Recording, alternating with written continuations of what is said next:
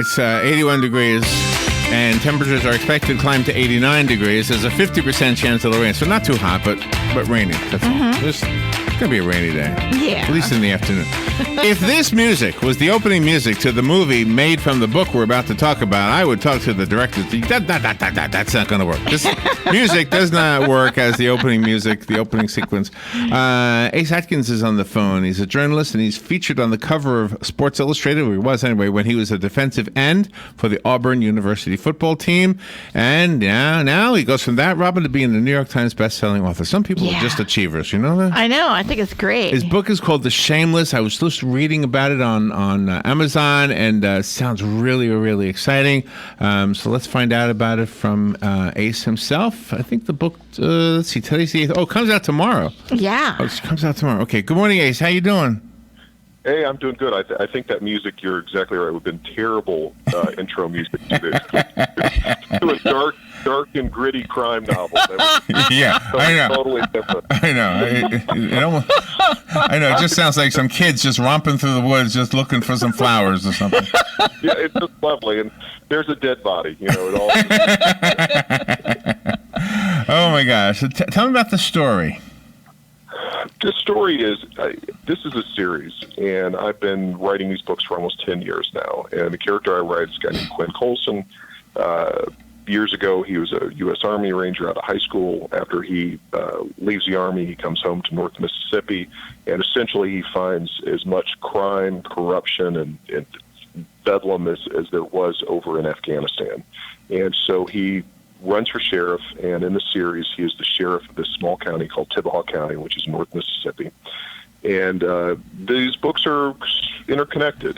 They all have kind of a longer story arc. It's very much like watching a show like, Deadwood, or, I don't know if you watch Bosch from the Michael Connelly books, but they're all interconnected. There's a larger story, and in this particular story, it's involving a case from 25 years ago, a kid named Brandon Taylor, who was found shot in the woods, and it was ruled a suicide, but many people think that there was something more nefarious going on. Oh my gosh! And what's the reason why so many? Now you feel bad. You feel bad about that intro music now, don't you? See how dark it is. Oh, I already felt bad. I felt bad. So why is it 20 years later that the interest starts for Quinn as far as looking into this? Well, very good question. That's a very good question. There's always, always an impetus of, why, I used to be a newspaper reporter in Tampa. I worked for the Tampa Tribune for many years, so I know your neck of the woods very well. All right. But, what brings something about that was a closed case? In this particular instance, as many of your listeners probably know, that podcasts have got to be such a big thing, and many true crime podcasts have been a very big thing. And so there's a couple of women who come down from New York, and they want to come down and see what's happening in North Mississippi, and they reopen this case into Taylor on the behest of his family.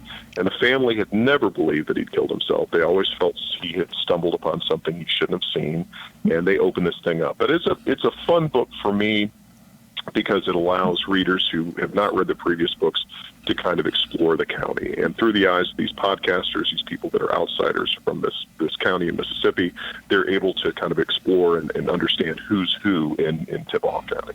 And Jimmy Vardaman, he is an achiever, but he's on the wrong side. He is, Vardaman is one of those characters in the series that we've kind of always been, he's always been the guy, the man in the house on the hill. He's always been kind of away from Tibahaw County. Was a state senator. He always had larger ambitions than just, local office. He wanted something that was a little bit bigger. And in this particular book, he's running for governor. And the stakes are very high. And they're not only high for him, but they're also, high for the people who don't believe in his agenda. And that's the thing about writing about the South, is there's always things that you think that we are over in our history, but there's always things that kind of come back up. There's always the past is never past, as William Faulkner said. And that's really what Jimmy Vardaman is about. Yeah, sometimes when we hear stories like this, I know this is crazy thinking, but I always think, I wonder if the spirit of the person is actually not happy with the way this worked out, and they're just sticking around until somebody figures it out. It's one of those crazy thoughts I've always had. Yeah, no, I know what you mean. There's always a cyclical part of history that you see how things go, and you wonder, if they hopefully some of these people never get it right. And there's also a sense of humor in your books. That is, and it's hard to explain. I appreciate you bringing that up because, the storylines there is very much a dark thread through these books. As far as the impetus, I mean, it is a book about criminals. It is a book about things that happened in the past that are very dark. But there hopefully there's a hefty dose of humor from other people in the story. I mean, there's other story threads that are running throughout it, and I mean that's really. There is a quirky, unusual world of North Mississippi, of the Deep South, that I really have fun capturing. And some of the characters, there's a woman named Fanny Hathcock who runs a truck stop in North Mississippi that's a combination strip club diner, and I have a lot of fun with her. I have a lot of fun with the characters who come in and out. I've got some, and so hey, look, I spend a lot of time in Florida, so quirky, weird characters are nothing new to me. And I'm just going to guess that you laughed to yourself when you came up with the name Fanny Hathcock. I'm just guessing. It's funny. I get that all the time. Honestly, it's so funny. I get that all the time. I don't know if you guys are familiar with the old movie Walking Tall, but that's one of my all-time favorite movies, Walking Tall. And one of the characters in that drama, one of the real-life characters in the true life of Buford Pusser, was a woman named Louise Hathcock, and she was mean as a snake, and she was known to actually keep a hammer in her purse, and anyone who crossed her, she would cold-cock them with a hammer. So I always liked the Hathcock name, so you guys can extrapolate anything from that as you may. Well, she's a madam, though, right? So that kind of works for me. You have wonderful dialogue in your book, too. I just love it, because you feel like you're right there. Well, that's what, again, what I hope to do. And it kind of comes back to when I first got out of college, I went down to Tampa and worked for the Tampa Tribune for many years. And I was a newspaper reporter, and I covered the crime beat and got to hang out with cops and criminals, all kinds of wonderful people. And really, I think my job as a novelist is to kind of get that flavor just right and to get down the way people really talk, the way they really sound. And that's what's fun for me. And I'm an eavesdropper. I love to listen to people talk. If I'm in a diner, if I'm in a restaurant, and people are having an argument or a conversation, I'm always there listening and picking up on story ideas. So it's a lot of fun. And certainly in the Deep South, we always have very colorful characters, to say the least. And we might have a mutual friend. Do you know Nick Pugliese? Nick? Oh, of course. Yeah. Yes, of course. Yeah, absolutely. I figured you probably knew him. Yeah, no. Nick also from the Tampa Tribune. I don't think he's still there, though.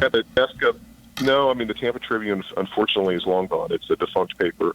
But I was very fortunate to be there at the very tail end of the good old days of the newspaper business. And Nick actually had a desk about 10 feet away from me, and he was a great guy. And he was, I'll tell you about Nick. Nick he'd always come over my desk, and that's how I always knew that when a pro athlete had been arrested. And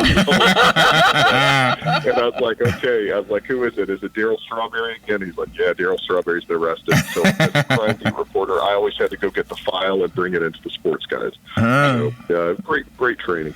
Oh, that's awesome. Ace, nice to get to know you. Where are you right now? I live in Oxford, Mississippi. When I left Florida, I'm originally from the Deep South, and then moved back here, and I taught journalism for a little bit, and I've been here in Oxford for almost 20 years now. But I still live. I tell you what, when I see those headlines in Florida, and I see that, I have a good friend of mine, a guy named Craig Pittman, who writes for the Times and does just these wonderful stories. I always joke with Craig every time he posts an unusual story happening in Central Florida. I said, I'm going to move back someday. You guys have the best criminals in the world. The book again is called The Shameless. I found it on Amazon. Do you have a different website you'd like to direct us to? Sure, they can go to aceatkins.com, or they can find me on Facebook, Twitter, and all that kind of stuff. Ace Atkins, what an honor. Thank you so much for being on the show with us today. Hey, my pleasure, guys. All right, we'll be right back.